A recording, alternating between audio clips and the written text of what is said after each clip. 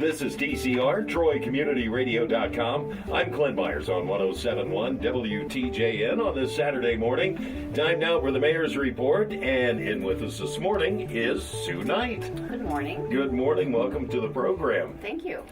Kind of a big week. We had our official day of spring in this past week, along with winter weather that accompanied it. Absolutely. We don't know what's going to happen, do we? No, it's Ohio, so it always seems to do kind of what you don't expect it to do when it comes to weather. Yes. Also, this past week, you had your city council meeting. Yes, we did, Clint. Troy City Council met on Monday, March 19, with a kind of a medium-sized agenda, I guess I would say.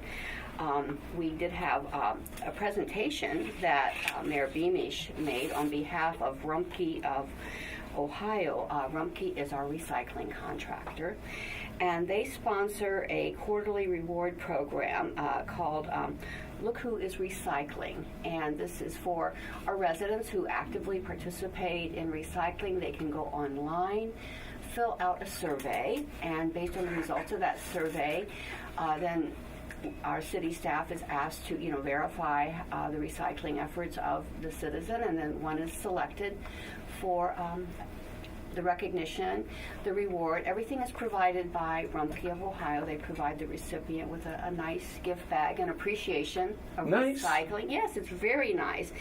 And the recipient for the first one given in Troy was Danielle Metz, and she lives in the Southview area, and she and her husband were at the council meeting.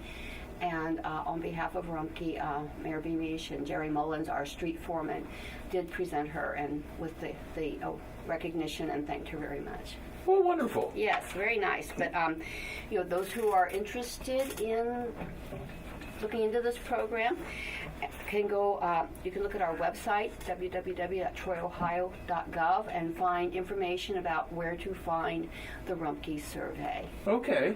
And then they do the survey online, and that gets them in. Yes, that does. And this is part of our recycling contractors' efforts and the city's efforts to provide more education about recycling, this saving our environment by recycling and reuse and repurposing. I would like to know, the difference in poundage. Now that we have the new big recycling cans, how many more people are recycling and taking that time to separate out the trash? Well, and I'm really sorry, Clint, I wish I had more information on that, but I do understand that next week one of the guests is going to be Jerry Mullins, okay, our refuse foreman, our street foreman, and I'm sure he can answer that, although I've heard him say that, as people have become more accustomed to the larger size cart, that, they are definitely using it. They're sending to fill it up. I know we do a pretty good job at our house every week, just for two of us. Well, when it was the small bin, you kind of, once it got full. Yes. You had to pile your newspapers on top of it in the bag. Exactly. Yes. But now, the way that it is, it's just so much easier to put, you fill it up. Break down boxes and Absolutely. A lot more things that you might not have thought of before. Right. And with the carts, one thing is, they're kind of a little heavy. I don't mean they're too heavy to use, but they've got a little bit more weight, and they have a lid. And so having the lid helps keep the recyclables in the cart. Sometimes we get those really windy days, and maybe the little pop open a little bit, but basically it keeps it fairly closed and contained, which also helps keep our neighborhoods clean. Absolutely. Mayor Beamish and I always talk about that, and just want to take that moment that since we said that, that when people are out taking a walk or anything in the evening, take that extra bag with you, and you can pick up the stray items that you see that might be blowing around, take them back and throw them in your either trash can or into your recycling bin. Right, and if you're maybe downtown or one of the parks, you feel free to use one of the refuse cans there just to leave the bag trash, and we appreciate that. It's we're taking a little extra care of our community for others. Well, and that's just it. It takes all of us to keep the community clean, working together. Absolutely. All right, what else did council have in store for us last night? Well, there was a public hearing on one of the ordinances. That would be ordinance number 01328, which is a recommendation from the Planning Commission to amend the zoning code related to considerations that the Board of Zoning Appeals is to take into their consideration when they're hearing appeals. Okay. So that had a public hearing, and then the council committee will be meeting and making a recommendation to council prior to the next council meeting. And then we had a few pieces of legislation, resolutions. R8 was authorizing bidding to rebuild the drives at our water plant clarifier. That's a project of $200,000. These drives were actually installed original to the plant around 1971. They've been refurbished once. They need to be refurbished again. They're kind of past their considered, good lifespan. Okay. And we can refurbish them instead of replacing, which is, of course, a savings. And what this project with the drives and the clarifier system has to do with, the softening of the water Okay. for citizens. So that resolution was adopted.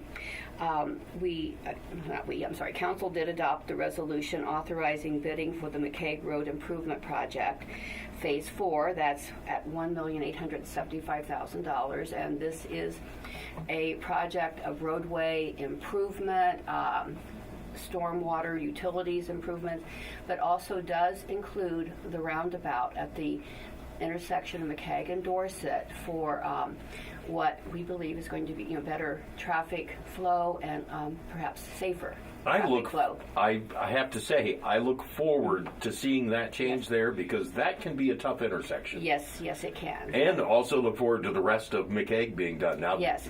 This is a project that takes place next year.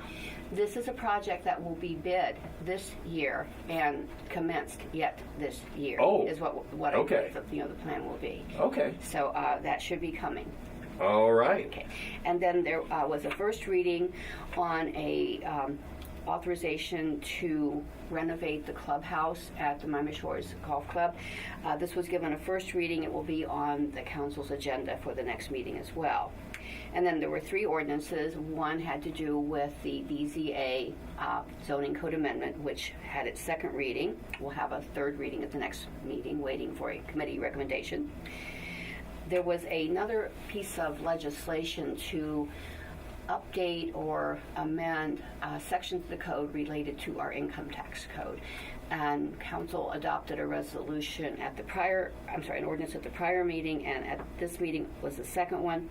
And this was to bring our code in compliance with the state budget bill that requires all municipalities to do certain updating. Okay. And then one that might be a little difficult to explain is called a notwithstanding ordinance, having to do with an event out at the Paul G. Duke Park.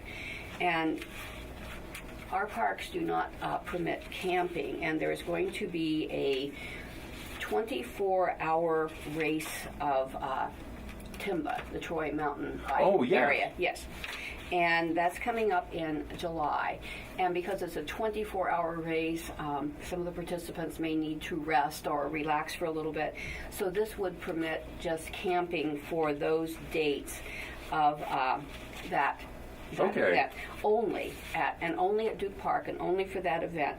And the dates would actually be July 13th through the 15th, although the race is the 14th and the 15th. So I guess if people get there early and set up, sure, I gotcha. Yes, and so and if anyone is interested in participating in this 24-hour race at the Troy Mountain Bike area, I think you could probably go online again, Troy's website, www.troyohio.gov, and see if, look for the Timba information, or I believe Timba, Troy Mountain Bike Association, has their own website also. And, I think they've got a Facebook page too. Yes, and this, this isn't an event I do, okay? But I'm not going to be on my bike out there either. Okay. So. But I understand it's very popular. So we're hoping that they have a really good attendance. Acquaint people with our Troy Mountain Bike area, which is really basically maintained by volunteers, and anyone can enjoy it. One of the newest areas of the parks. Yes, it is. Actually, was dedicated during 2017. All right. And is that it on council? That was it for the legislative items. Yes, it was. Okay. I know, like you said, Jerry Mullins is going to be stopping in next week, but we will mention it. Spring Cleanup Week is coming. Yes, spring. It's an annual, we call it the Spring Neighborhood Cleanup Week. It will be from April 9 to April 13, and we want to start getting the word out there because this is the one time of the year that we will permit our residents to exceed the limit of the refuse cart by placing additional bagged trash out right beside it. Okay. It just helps sometimes. You've got these things around the house. You want to clean out the garage, yes, exactly, the basement, the attic. What? Right. Now, if they're recyclable items, please put them in the recycling cart. And of course, we continue to have our bulk, our large trash pickup, where residents may dispose of larger household items and place those out the same day as your refuse collection. Again, we ask that you keep your recycling cart a little separate from your refuse cart, and then again the special trash items a little bit separate from that, so that the vehicles can get in and maneuver. Okay. And I want to remind folks, if you have some, maybe it's used furniture, some other items, also think instead of maybe throwing it away, if there's still life in it, maybe the Goodwill or the Restore is the way to go, where you can donate those items. Exactly. There are those organizations, and they do take these items, they use them for their purposes to help other of our residents, and that is a great mention there, Clint, because that's a good thing to do. A lot of our things could be perfectly well used by someone else. Absolutely. And if you have any sticks or anything down in your yards from our little winter storm this week, you can bundle those up in about 3-foot sections. Yes. Make sure you wrap those up with twine. You can set those out with your trash, and the street crew will get those. Or you can load them up, and as a resident of Troy, you can take them to the Dye Mill facility. That is true. The Dye Mill Road facility is now open for the season, and I understand it's having people come through on a regular basis to bring allowable items. Oh, I bet they are. Yes. It's time for spring, and it's time for everyone to be busy. Oh, yes. I'm looking for spring. I can see out your window, and I can see, that it's kind of barren and the squares, not people just driving through. But I know that before long, we're going to be having all those activities and concerts and events and everything downtown and will just come alive. Yes, tons of things for people to look at and consider doing during the coming months. Free. Well, wonderful things. I saw just the other week, it looked like they were widening the flower beds around the fountain downtown, so anxiously awaiting the color to arrive. Right, we're going to be planting flowers, the pots will be filled, we're going to be seeing banners, I can hardly. I'm anxious for it. I'm really excited because there's so much coming this summer. As soon as we see that color, we know summer is coming. Yes, absolutely. Sue, thank you so much. Is there anything else you'd like to add this morning? No, thank you. But I'm very pleased to be here. Thank you. Thank you. Always a pleasure. Sue Knight with the Mayor's Report.